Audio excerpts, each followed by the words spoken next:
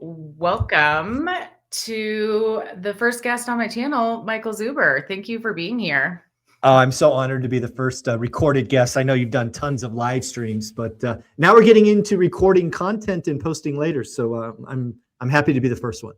Yeah, you've been an inspiration because I avoid doing this because I'm the least tech savvy person. And the fact that you've posted so many videos unedited is incredible.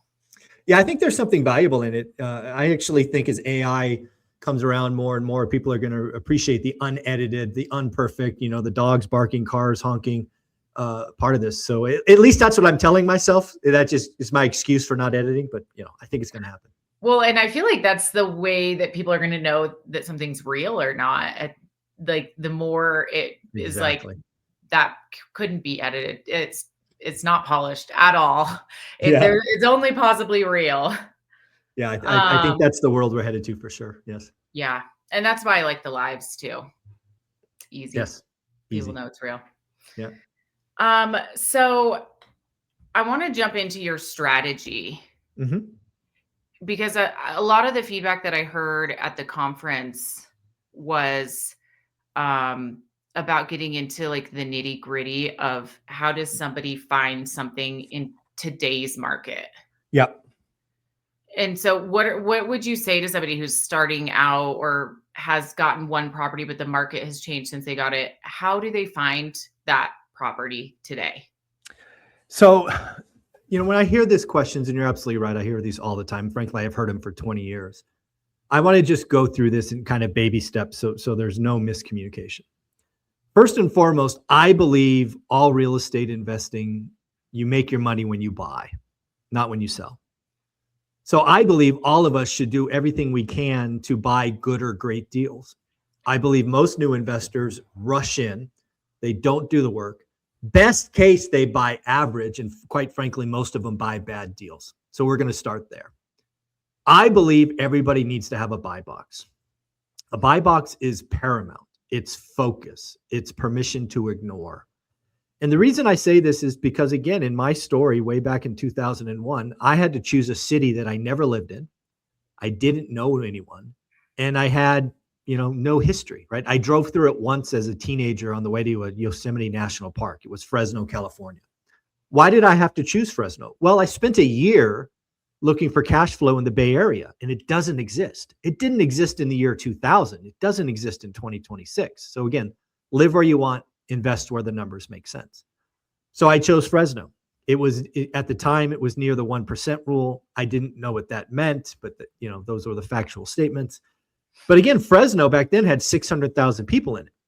And I had never been there. I didn't know anybody. So how am I going to come in as an outsider, lives 2.5 hours away and find a deal? Either A, I could go online and gamble, guess, or B, I could take 90 days, 100 days, and figure out a very, very small pocket. And that's where I think most people get wrong. Especially if you have money in your pocket, you're just going to rush it. And you're going to call it tuition or, this is my idiot tax. No, that's your lazy tax. So what did I do? I said, okay. The first thing I did is I went to Fresno and I met lots of people. One of my ORAT rules is you got to meet 2 new people a week. Let's see why I forget what rule it is. Rule number 3, grow your network, meet 2 new people a week. So what did I do? For, 8 weeks, 10 weeks, I went to Fresno and I met as many people as I could. And every single person had this one question worked in. Where would you invest? Where would you invest? Where would you invest? And I collected all the output. And this little zip code, 93703, sometimes called the Mayfair District, seemed to be the one that most people highlighted. Again, I don't live there. I don't know. Everybody in the city's telling me to go there. So guess what my brainiac did? Great. Let's go to the Mayfair. Then you go to the Mayfair and you go from 600,000 to probably 30,000. Still way too big. So I had to pick an asset type. I only knew single family homes. So guess what I chose? Single family homes. Guess what I didn't choose? Multifamily, fourplexes, duplexes, mobile homes, condos, raw dirt, whatever. So again, single families. And then if you go online, even with that, there's, 50 or 75 or 100 of them. Still too many, right? I'm a busy W-2 employee. I travel the world. I do 1 million miles on airplanes. I can't look at that much property. So ultimately what I do is I create a set of criteria that produces between 20 and 40 active listings. And at the time it was 93703 single family homes, 3 or 4 bedrooms, 2 baths, 2-car garage, 1 story, 1,250 to 1,800 square feet. That was my criteria. That was the criteria I looked at for 3 years. 3 years. Is that how long it was before you ended up buying? No, I bought my first one probably 100 days. And then 9 months later, I got a second. And then 19 months later, I got a third, right? Over the course of 3 years, we got 4. And why were the deals progressively getting better as you as I got better, the deals got better. That's the key of doing this work. And again, I don't promise anyone gets a deal. I promise you learn the skill of real estate investing. And the key is you have to learn average. So what did I learn in 2001? In 2001, the average deal in that buy box I had was about 7.5% cash on cash. I never want to be average, Lauren, in anything I do. So I was only interested in 9s or higher.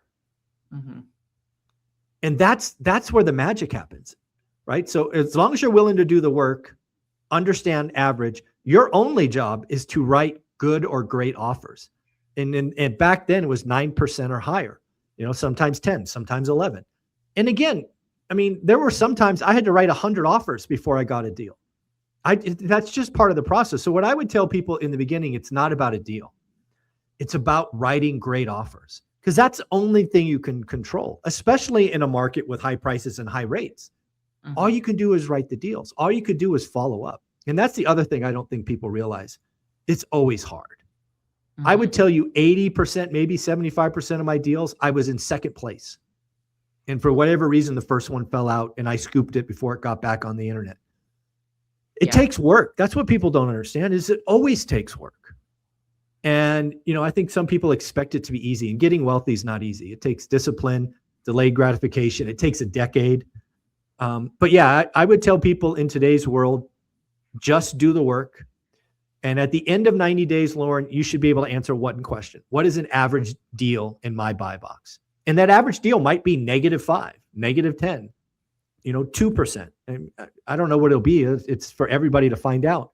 But once you can answer that question, and only after you answer that question, can you write offers. And I think too many people rush in and they're just all over the place. And that's how you can have 30 units and no cash flows, because you just don't know what the hell you're doing. Yeah. Yeah. Wait, is that what you think the most common pitfall of this strategy is that people are making deal offers before they're ready? I believe most people, and by most, I'll say it's as high as 80%. If I sat down with them and asked them, what is the average deal in your buy box? They wouldn't be able to answer the question, or they'd just fumble it. Mm-hmm. And yes, if you don't know the average, how can you possibly look at me in the eyes and tell me that's a great deal if you don't know average? That's just logically incongruent. It doesn't work. If you don't know average, how can you know great? You're guessing or gambling. And I don't do either. Mm-hmm. Yeah. Was your wife on board when you started doing this? Thankfully, yeah. Day one, we had lost a bunch of money in the stock market. We went from 200 grand to 80%. And we were shell shocked. We realized we were not the cool kids. We didn't have Harvard degrees and didn't know anybody in New York. So we were screwed in the stock market. We were gambling. I mean, let's full honesty, transparency. We were not investing. We were gambling, and we got spanked. We deserved to get spanked. But yeah, she was in since day one, thankfully. And when you meet her, she's way smarter than I am in this. And she's the only reason we kept going, right? If you've read my book, you know how horrible that first rental went. And I was ready to quit again. I was a broken man who had lost 80% of his family's worth, and then had a $15,000 problem on my hand 3 months later. So I was broken. It was only Olivia that, kept us in the game. And without her, one rental at a time doesn't exist. I'm just another sad statistic of somebody who tried it and failed. Mm-hmm. So what would somebody do if their wife wasn't on board, or their partner, whether husband, wife? What I would tell someone is you got to have conversations. Again, in my world, in my eyes, my wife is everything. We're going to ride this thing till the wheels come off. And if you're not on board, we got to figure that out. And, so it's one of the things that, cause I have this conversation every month, probably. And sometimes it's the man, sometimes it's the woman who's not on board. And typically there's baggage, especially today. There's baggage, and there's real baggage. Like my family's house got foreclosed on, or this, that, the other story, someone in their family, there's real baggage there. And, the other thing I think we need to realize, and I think this is more men than women, but maybe you could tell me, men are all over the place, right? One week you're going to drop ship, and then the next you're going to be a crypto billionaire, and then you're going to do this, and then you're going to do that. And what's your wife supposed to think? Geez, I don't blame her. She's like, oh, I'll just wait 7 days. You'll change your mind again. At some point you guys got to have some ownership and realize that she's not against you. You trained her, right? Because you did this. And then have some ownership, guys. For goodness sakes. Yeah. Yeah. How long did you feel like it took before you saw real wealth compounding in your life? I remember the day. I think it was year 12. I was in Europe, and I called my wife, Olivia, same person. I called Olivia and I said, how much money do we need to transfer? Because we have lots of bank accounts. Mm-hmm. And I said, how much money do we need to transfer to the real estate account? And she goes, what do you mean? I'm like, hey, didn't we just buy XYZ property and, needed a $40,000 remodel or whatever it was? And she goes, no, we're good. I'm like, did you already move them? It just didn't compute to me. And, because again, in our relationship, I was securing capital and finding deals. She ran the books. She had the hard job. She was in the muck. At this point, year 12, we probably had 20 units, maybe. I have no idea. Over 100. So she had the much harder job. And she said, I just got to show you something. And she showed me, and cash flow funded the entire remodel. And we didn't have to. And from that moment, I'm like, oh my God, we have $40,000 in cash flow. Geez. So, and again, that's part of my character flaw, right? I love to live in today and tomorrow. I don't look back ever unless something like this smacks me. So I had no idea. We were building cash flow that strong. I remember hanging up the phone and just sitting in my hotel room like, oh my God, did that just happen? Because, for years we kept, moving money around, and, we bought another dump and we got to fix it up, and, we got to move money from here to there. And well, we got to go do a cash out refi because we got to do this or that. And I remember that day like it was yesterday. It was both. It felt like a dream. If you ever had like an out of body experience, it's kind of like I was looking at myself in the chair in the corner of the room. I can still see it in my head. And that was the first time I was like, wow, crazy. So were all of those 100 deals, those were all single family homes? No. So we bought 8 houses before the great financial crisis. We went to an event, much like the ORED event that just happened. A gentleman was hosting called Bruce Norris, and he said, California crash. And as a man, a father, a dad who had already lost most of his family's net worth, wasn't going to do that again. So I went to this event. I paid hundreds of dollars back then, thousands of dollars now. And I listened to the guy, and I did not understand half the things he said. I just didn't get it. He had charts on charts on charts. It was like, and I'm an accountant and an economist, and it's still over my head. But I took from that affordability index. So I researched Fresno, California, my market with 8 homes, 7 homes in a duplex technically. And I realized he was right. So what did we do? We sold all our houses in 2006. You can still look up the first one, 1818 Norris Drive East, 93703. Why is that important? A, you could see we bought it for 107. You could see that we sold it 3 years later for 263. And then 3 years later, you can see it foreclosed at 75. So you can see the whole track record. This conference was before 2008. No, it was 2006. in 2006. He predicted the California crash. Wow. I went, I learned, and I executed. That's the big thing about me that I don't think I get credit for from the doomers is they're like, oh, he's just a perma bull. I'm like, no, I'm not. Have you guys looked at my track record? I went to an event and sold everything. I profited from the GFC. So we moved all this equity, which turned out to be fake. Think about Norris Drive. I sold it at 263. The next person buys it at 75. I kept all that equity and moved it into apartment buildings. So in my book, I document, we went from 8 to 80 units. Didn't have a single family home to my name in 2007-ish. We only had apartments.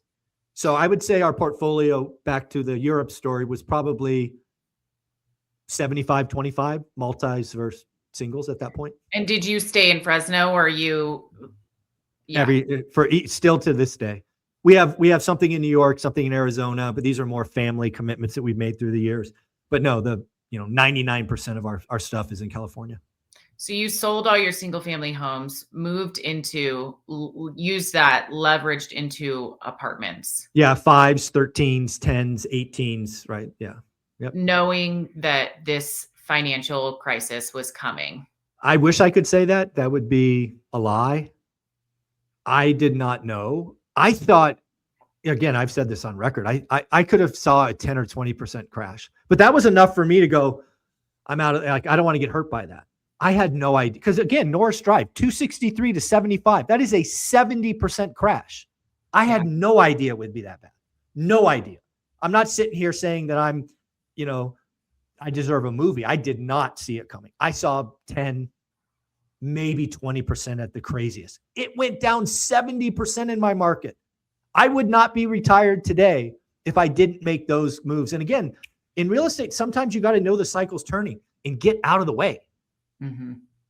And let's close it. If I saw that coming again, if I saw a 20% crash coming, I would sell every house again. I've done it. I'll do it again. I own a lot more than 8 houses today. Yeah. So I have no problem selling. It's just, people are like, oh, 2008's coming again. Dude, you have PTSD. It's not coming again. The setup's completely different. Yeah. I feel like that gives so much validity too, because I think a lot of people see you as somebody who just says like buy and hold forever. And it's always going to turn around. But you're saying if there was a crash, you would be saying sell everything. Get out. Yeah. I live by, I do what I say and say what I do. So, I've said on my channel the last month or so, 6 weeks, I'm raising $1 million. And I've now raised $1 million, just under $1 million, but close enough, because I want to go shopping for these distressed apartment buildings. Mm-hmm. Right? I don't do that because I need another $1 million. I mean, that's not what I need. But I like to have some cash so I can write. I basically will be writing 2 offers. Here's a crazy cash price, probably something like 60% a list, or here's a seller financing option, probably at 90% a list. I'm going to write both and be able to close on both. That's I take advantage of what the game gives me. And the game's not giving me great opportunities in singles in Fresno, California, but I think it's going to give me some good multifamilies when these folks bust out. So do you think that's where the opportunity is right now? Because, obviously a lot of people did these syndications, bought apartment buildings on the 5-year. 5s, 3s. Yeah. Yep. 5, 3, they're coming due. Their interest rates are higher. They're not able to afford it. There's opportunity there. Yeah, I would tell you, Lauren, what we're about to experience in the multifamily Class B and Class C area will go down as big or bigger than the GFC for single family homes. We're going to see 50% haircuts in some markets for Class B and Class C assets. It's not happening yet, at least not in mass, but it will. It's just math. It's just math. Yeah. Right. These assets, went from a cap rate of, 4.5 to 9. No LP is going to do a cash in refi. So these things have to go back to the bank, and I'm getting ready now. It might be a little early, but I'd rather be early than late.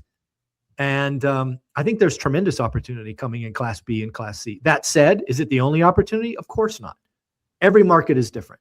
My market of Fresno, California, it's probably the only market that makes sense, unless you can buy deeply discounted value add. Other markets, adding ADUs. Other markets, room by rent. Again, the beauty of real estate is there's hundreds, if not thousands of ways. And I don't pretend to know all of them. In fact, I don't even say I know all. I just know a couple. Mm-hmm. And that's why in school, or what you saw at the event, I had other people come, because I'm not going to pretend to know something I don't know. I don't know room by rent. So, Jared, I don't know ground up development. So Brandon, it's sometimes you just got to, have the sun shine on other people, because they're doing it today. Yeah.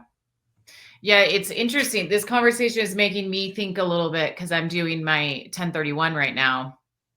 And I have about $1 million.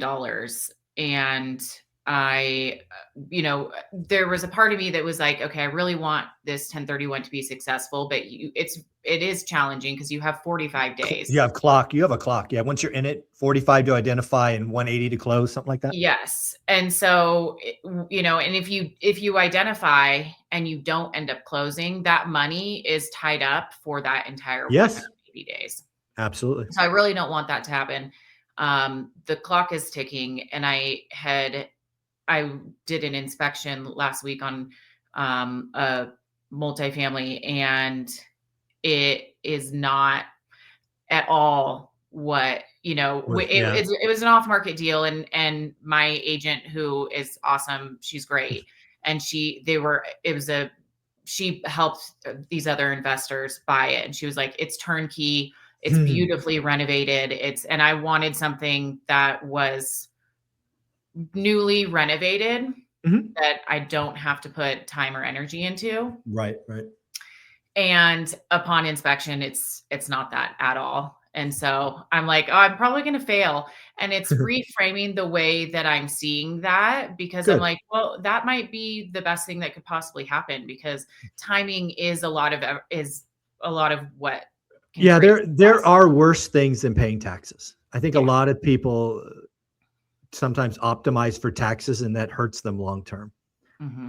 I'll just be clear. I would rather pay the tax than do a bad 1031 every day. Yeah.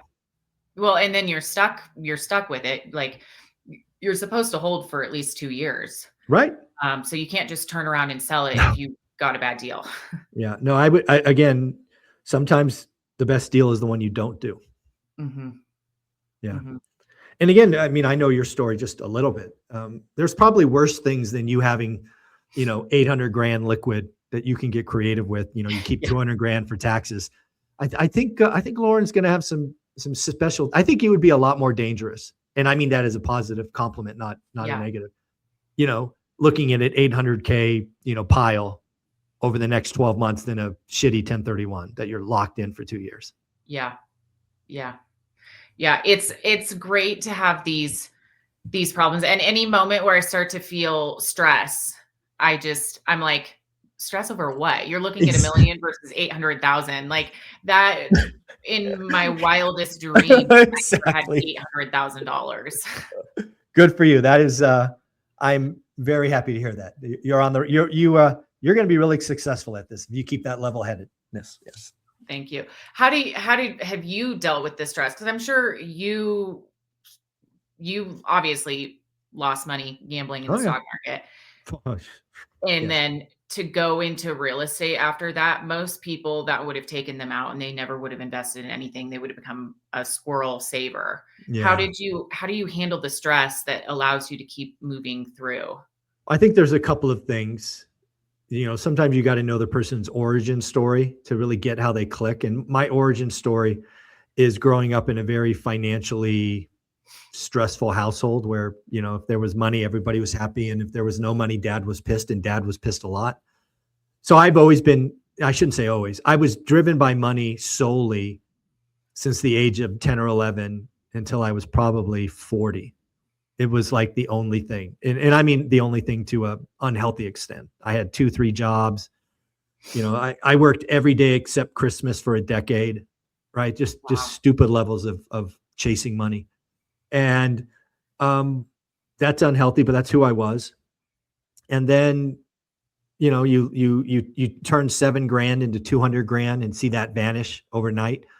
And all because of me. I was gambling, not investing. It started the right way, reading P&Ls and balance sheets and, doing all the stuff I learned in my MBA class. And I learned that the less research I did, the more money I made. So I just started day trading and gambling and options and just all kinds of crazy shit. And it worked until it didn't.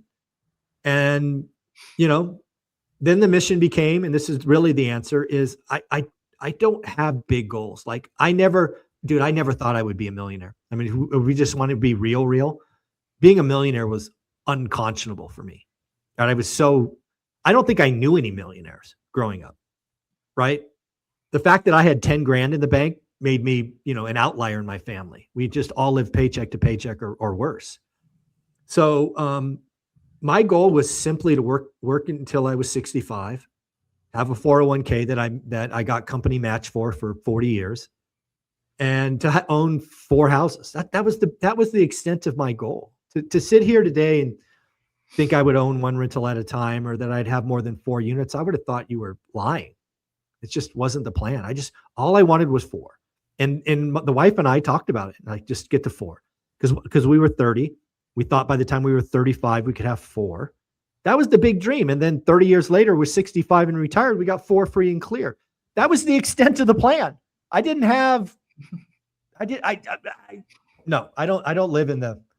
do a great job of like big thinking, I don't think. And maybe that was the secret sauce to handling the stress, is that you're not really thinking big picture. You're truly living one day at a time. That's exactly what I meant by that story. Is I never saw more than 4. Mm-hmm. And thus it wasn't stressful, right? Because we had day jobs. You're making $300. We have the reserves. We never touched our rent money. That's another thing, right? Even though we had cash flow, we never paid ourselves because we had jobs. So that money just stacked. And anytime a water heater went or a roof, we had the money just in the account. So it wasn't that. And I think you're right. The reason it wasn't stressful is because all I wanted was 4. And frankly, I gave myself 5 years to get them. That's not that hard. Yeah. That was it. And your wife was on board with this. Was she, because I could imagine if you're working every day besides Christmas, and then you also are like, okay, we want to do these rentals, but we have to make more as well. You're already working all the time. Mm-hmm.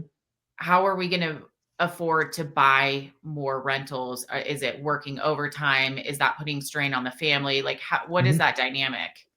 So this is important. And I don't think I've talked about this in years. So right around after we bought Norris Drive, so we had 1 at this point, we realized that we were living paycheck to paycheck. We were spending 100% of the money coming in.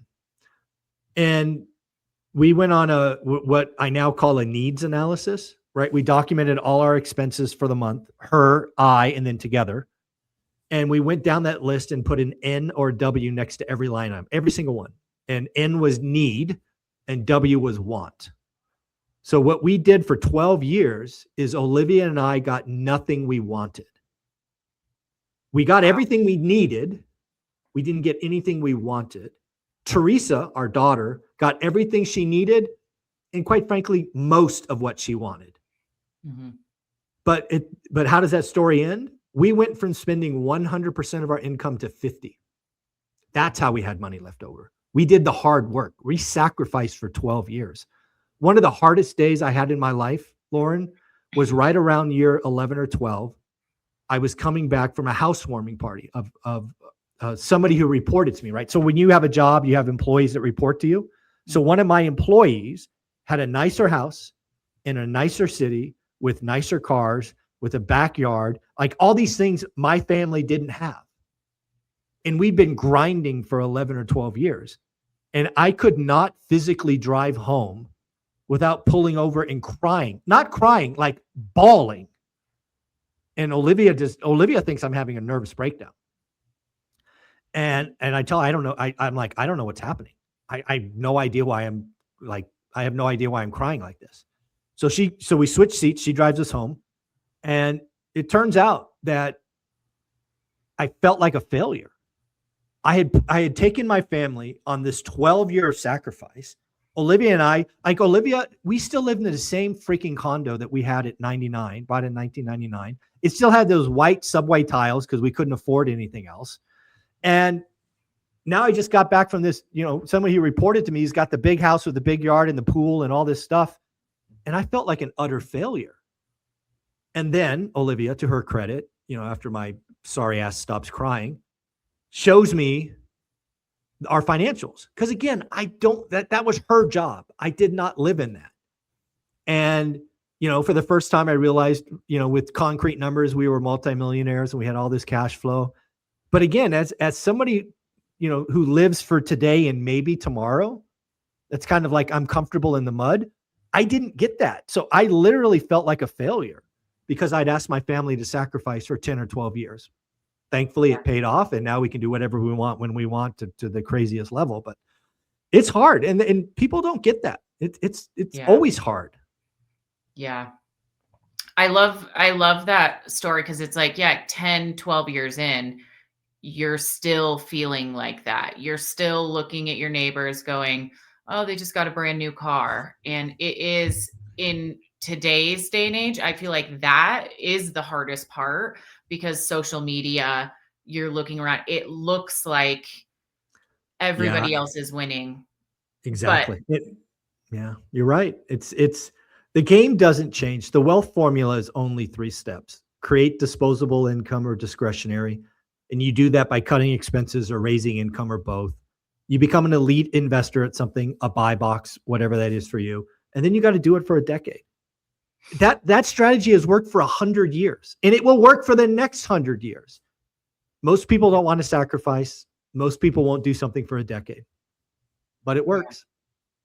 Okay. Last question I want to ask you. If somebody does that, let's say they did, and then all of a sudden something like the 2008 happens. Let's say they started in 1998. Sure. Sacrifice for 10 years. Yep. And then something like 2008. I want a worst case scenario situation for somebody. Sure. So that, because I think that it's like when we're afraid of something, sometimes it helps to go worst case scenario. And then you go, okay, that's the worst case scenario. That's the worst that can happen. What is somebody who finds themselves in that situation? So first off, you and I think the same way. When I'm staring at something new, I always look for the worst case scenario. And if I can live with that, it's a no-brainer. Yes. Right. And if you can't, then don't do it. But yeah, I mean, I am the worst case example, right? I did start in 2001. Price 2005 and 2006. What people don't remember was just like 2020 and 2021. You could do no wrong. I went to parties in 06 where people were flipping contracts on new construction and making 20, 30 grand. It was just as bananas, just as crazy. But there's the difference. We sold at the peak. But let's just say you didn't sell and properties fell 75%. Well, that's why you will never hear me talk ARMs, because it's always the debt that blows up. Why are these syndications going to blow up? Because they had, commercial debt, 3-5 years. They had 1 year, extensions. It's always the debt that blows up. So if you're going to build a real estate portfolio, I suggest strongly doing it on 30-year debt. Because what happened to the people that bought real estate in 06, if it cash flowed, it didn't matter that it fell because it came back. That's the thing with residential loans, is they don't get called. Commercial loans, they can get called, right? If the debt service rate or debt coverage ratio or the asset value falls, you can have a margin call essentially. It doesn't happen in residential. So again, we will have, there will be another real estate, drop. I mean, I've studied real estate back to the 70s. We had them in the 80s. We had them in the 2000s. It'll happen again. It'll be some other event. I think it's going to be commercial, but you never know.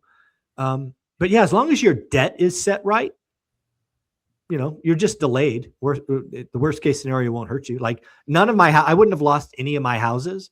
They just would have been worth half the loan, for 10 or 15 years. And that's the worst. The cash flow would have still been there. It wasn't like rent actually went up. Rent actually went up. Yeah. Correct. So how are you structuring your apartments now if you are saying, it's the debt and the ARM? Yep. So I take advantage. Again, that's the beauty of doing this for a long time. So again, I can only tell you what I did. So we had, I don't know, call it 7 or 8 apartment buildings. But again, what happened in 2021?